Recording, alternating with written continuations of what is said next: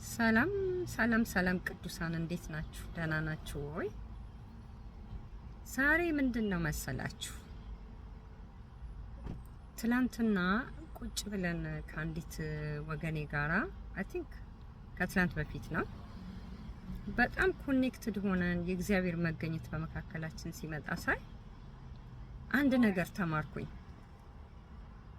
ሰው በአንድ ልብ በአንድ ሐሳብ ከሆነ የእግዚአብሔር መገኘት ምንም የሚያገደው ነገር የለም። የሚገርማችሁ ምንም ፕሮቶኮል አይፈልግም።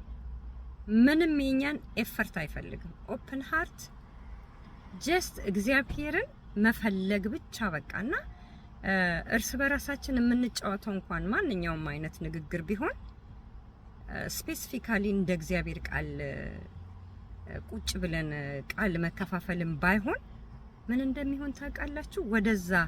ወደ እግዚአብሔር ቃልና ወደ ጸሎት ይነዳናል። ምክንያቱም ኮኔክት ሆነን ነው በመዳናችን ያገኘነውን አንድነት ኤክስፒሪየንስ ማድረግ እንጀምራለን። አዘርዋይስ ቤተክርስቲያን ውስጥ ለምድ የለበሱ ተኩላዎች አሉ፣ ውሾች አሉ።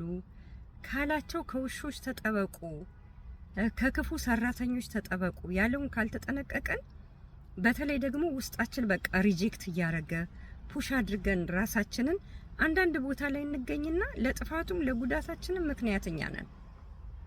ስፔሻሊ በቃ ስለሚወደኝ ነው ስለምትወደኝ ነው ብለን ይሄ ቢሄቪየራቸው አታክ የሚያደርግ ከክርስቶስ ኢየሱስ ያልሆነ አፕሮች ሲያደርጉ ለመለወጥ ላልተዘጋጁ ሰዎች ኢነርጂያችንን መጨረስ ነው።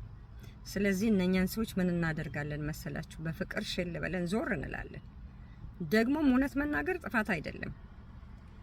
ይሄ ራፎን በሆነ ቃላት አንጠቀም እንጂ በጥበብ ቃል አይ ቲንክ ማይ ብራዘር ማይ ሲስተር ይሄ ህብረታችን ከፍቅር ሳንጎል አንድነታችን ለእግዚአብሔር ክብር የሚሆን ነገር የለም ብለን ዞር እንላለን። አርጊውመንት የማይወዱ ሰዎች ሰሚዎች ከሆኑ ማለት ነው። ግን ናርሲሲስት ከሆኑ አርጊውመንት ነው የሚወዱት። አንቺ ክርስቲያን አይደለሽም እንዴ? ልትወጂኝ ግዴታ ፍቅር እኮ እንደዚህ ነው ይላሉ። ያንን የጠቀሱትን ፍቅር እነሱ እስኪኖሩት ድረስ ደህና ሁኑ በሏቸው።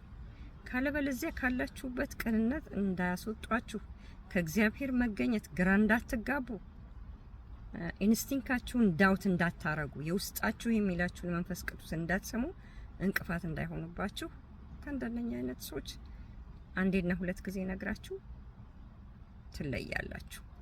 ሲሆን ጨዋዎች ከሆኑ መንፈስ ቅዱስን የሚሰሙ ከሆኑ የእናንተ መንፈስ ዲስትራክት ሲሆን ለነሱም ይታወቃቸዋል።